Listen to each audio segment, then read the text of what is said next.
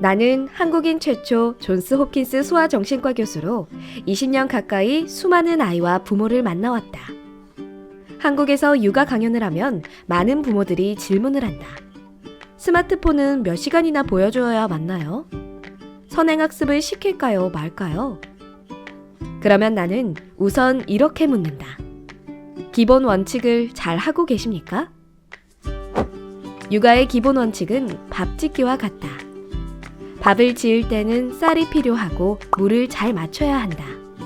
그 다음 불이 안 꺼지게 해줘야 한다. 이 이상 더 필요한 게 있을까? 없다. 여기에다 뭘 더 넣는다고 해서 좋은 밥이 될까? 오히려 밥을 망친다. 필요한 요건만 갖춰주고 뜸들이듯 기다려주면 쌀이 익으며 고유의 맛을 드러내듯 아이는 자라면서 자신만의 잠재력을 펼쳐 보인다.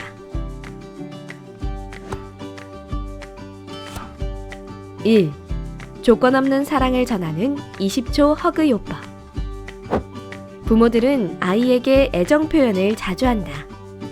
그런데 잘못된 표현을 하는 부모가 의외로 많다. 사랑한다는 메시지를 전할 때 조건을 다는 것이다. 엄마 말을 잘 들어야 사랑받지. 이 말은 말을 잘 들으면 사랑받겠지만 그걸 안 하면 사랑하기 어렵다는 조건적인 메시지를 담고 있다. 이렇게 키가 작아서 어떡하니? 나중에 취직하고 결혼이나 하겠어? 체중, 키에 대한 지적을 하는 경우도 많다. 이런 말을 듣고 자라면 아이는 자신이 외모와 무관하게 존재만으로도 가치 있는 사람이라는 개념이 흔들린다. 조건 없는 사랑과 절대적 존재 가치를 전하는 정말 쉬운 방법이 있다. 20초 허그 요법이다. 20초 동안 밀착 포옹을 하면서 몸을 편안히 하고 두 가지 메시지를 전해주는 것이다. 첫 번째는 사랑한다는 메시지다. 우리 보석 같은 아들 정말 사랑해. 조건을 붙이지 말고 어떤 일이 있어도 항상 변함없이 사랑한다고 말해주자. 여기에다 존재 가치도 넣어주면 좋다. 지영이가 엄마 딸이어서 너무 감사해. 그 다음에는 인정의 메시지를 전해준다. 부모들은 아이에게 사랑한다는 말은 꽤 하지만 아이의 수고가 고맙다는 말은 거의 하지 않는다. 동생이 많이 귀찮게 했는데 잘 지내줘서 고마워. 등원하기 싫었는데도 잘 다녀와줘서 고마워. 아이들의 노력과 수고를 인정하고 고마워해주는 말. 그것만큼 아이 스스로를 뿌듯하게 해주는 말도 없다. 아침 저녁으로 20초 허그 요법을 해주면 아이는 자존감이 단단해지고 쉽게 흔들리지 않는 내면의 힘이 생긴다. 2. 한입 크기의 실패 권장하기. 많은 부모가 아이가 안 넘어지길 바라는 마음에 성인이 될 때까지 애지중지 키우면서 실패하면 안 된다는 개념을 지속적으로 심어준다. 그러면 아이는 성인이 되어 한 번의 실수에도 인생이 끝난 것처럼 좌절하게 된다. 미국에서 스팽스라는 속옷 회사를 만들어 억만장자가 된 블레이클리라는 여성이 있다. 그녀에게 성공 비결을 물으니 밥상머리 교육을 언급했다. 주말에 가족이 식탁에 모이면 아버지가 항상 이렇게 물었다는 것이다. 이번 주에는 뭘 실패했니? 자전거로 마트에 가려다가 넘어졌어요. 피아노로 곡을 연주하려고 했는데 잘 안 됐어요. 그녀가 대답하면 아버지는 이렇게 칭찬했다. 네가 그렇게 도전하고 노력했구나. 잘했다. 실패에 대해 잘했다고 칭찬을 받고 자란 그녀는 원래 자꾸 실패해야 하는 거구나 라는 인식이 생겼고 실패를 두려워하지 않고 계속 도전할 수 있었다고 한다. 한입 크기의 실패라는 말이 있다. 성공하지 않아도 괜찮은 작은 실패를 의미한다. 아이들은 한입 크기의 실패를 이것저것 많이 먹어보고 꿀꺽꿀꺽 삼키는 연습을 해야 한다. 뭐든지 새로운 것을 배우는 건 쉬운 일이 아니야. 그래서 넘어지면서 배우는 거야. 성공했냐 아니냐보다 이걸 했다는 게 용감한 거야. 실패해도 괜찮고 오히려 실패하라고 하자.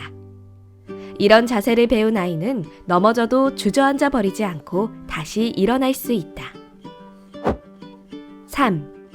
OT요법으로 아이의 행동을 바로잡기.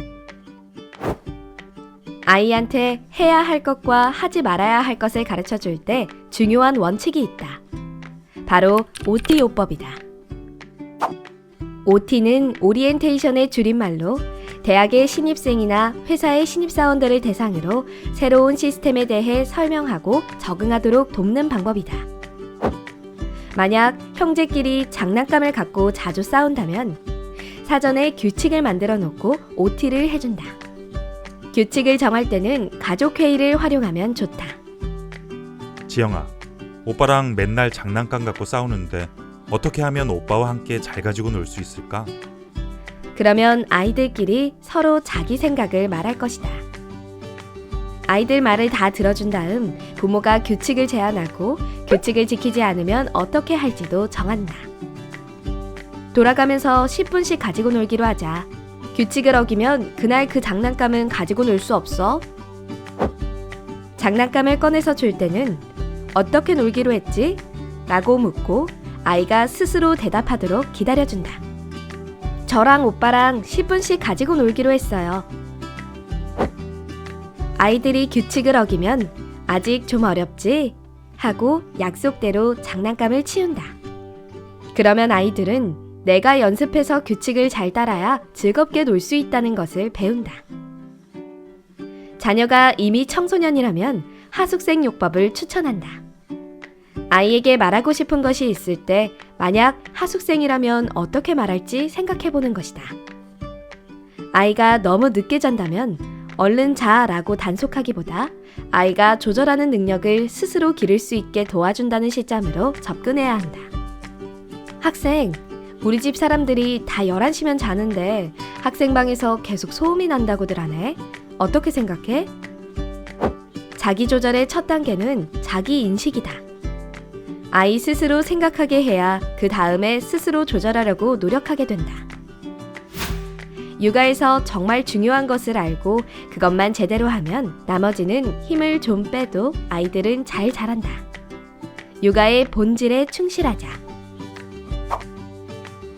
존스 홉킨스 소아정신과 진아영 교수의 스스로 삶을 개척하는 아이로 키우는 육아법.